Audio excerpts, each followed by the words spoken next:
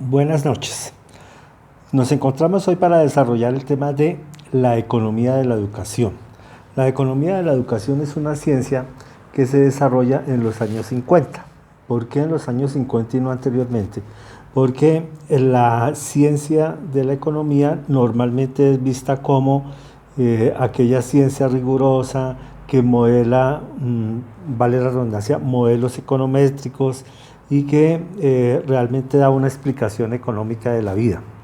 Pero la economía va mucho más allá. Básicamente el estudio de la economía es la explicación del uso de los recursos para la satisfacción de las necesidades. Entonces tenemos que hay unas necesidades que son ilimitadas, todos nosotros tenemos necesidades ilimitadas y las tenemos que solventar con recursos que son escasos. Entonces viene la economía como la ciencia que estudia realmente esa utilización de recursos escasos para la satisfacción de las necesidades de nosotros que siempre van a ser ilimitadas. Y eso viene así, y eso aplica absolutamente para todos los hechos de la vida, dentro de ellos la educación. Entonces, todos sabemos lo escasos que son los recursos educativos frente a las grandes necesidades que tiene nuestras sociedades y todas las sociedades en términos generales del desarrollo de la educación. Entonces se apuesta por una optimización de los recursos para desarrollar un proceso educativo que generalmente se apuesta como el gran polo de desarrollo, tanto económico como social como productivo. Entonces, básicamente, nace la ciencia de la educación como una ciencia independiente que se articula no solamente con la economía, con la educación, con la psicología y absolutamente con todas las ciencias que intervienen en el hecho educativo. Entonces, básicamente es una visión amplia, integradora de los elementos económicos que intervienen en la educación y dentro de eso es la política. En 1950 nace la ciencia de la economía de la educación desde un texto escrito por Teodoro Schultz, sobre el capital humano. Cuando Schultz plantea el capital humano, básicamente lo que está diciendo es que el recurso humano genera riqueza. Es decir, que si nosotros apostamos por mejorar un recurso humano dentro del mercado laboral, dentro del mercado académico, dentro de toda la esfera de la sociedad, entonces estamos desarrollando productividad y desarrollando la economía. Entonces es un planteamiento nuevo y a lo largo de la segunda mitad del siglo XX, pues se presentaron tres grandes generaciones. Una que plantea que el capital es un recurso humano de importancia que genera productividad y que genera riqueza en las naciones.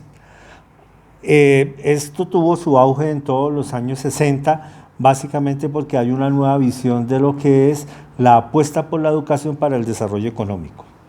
Luego, una segunda generación que ante la caída del desarrollo de esta visión productivista, nace como el desarrollo de la educación para el desarrollo del conocimiento de la sociedad y del ser humano como tal.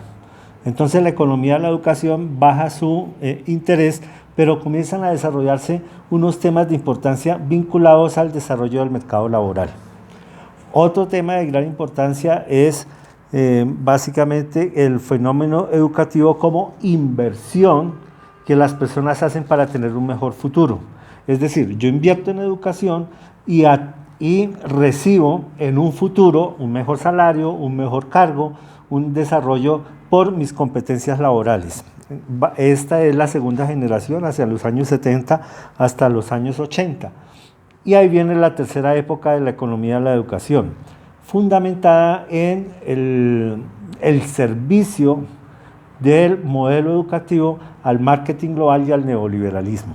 Entonces, vuelve a vincularse fuertemente el desarrollo de la educación para el mejoramiento del sistema productivo, pero se vincula en una red global de desarrollo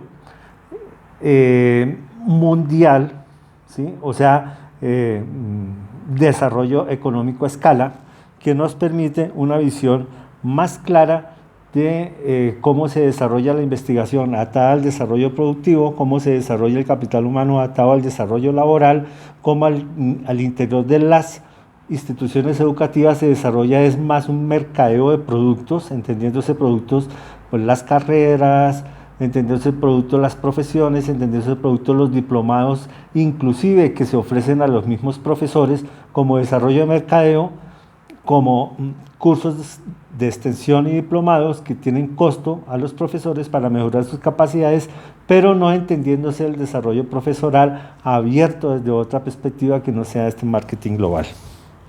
Total que nos acercamos a una nueva visión, a una economía de la educación que es aquella ciencia que nos aproxima a entender la educación inmersa en un mundo productivo, en un entorno global mundializado, al cual tiene que dar respuesta, no solamente para el desarrollo del conocimiento, sino que tiene que dar respuesta a unas demandas de corte de mercado laboral, a unas demandas profesionalizantes de las personas y a una inversión que mira las personas y los padres que hacen en la educación para tener un mejor futuro, para tener un mejor país, tener una mejor sociedad y tener unos mejores estudiantes que nos permitan ahí sí el desarrollo de la economía de la educación.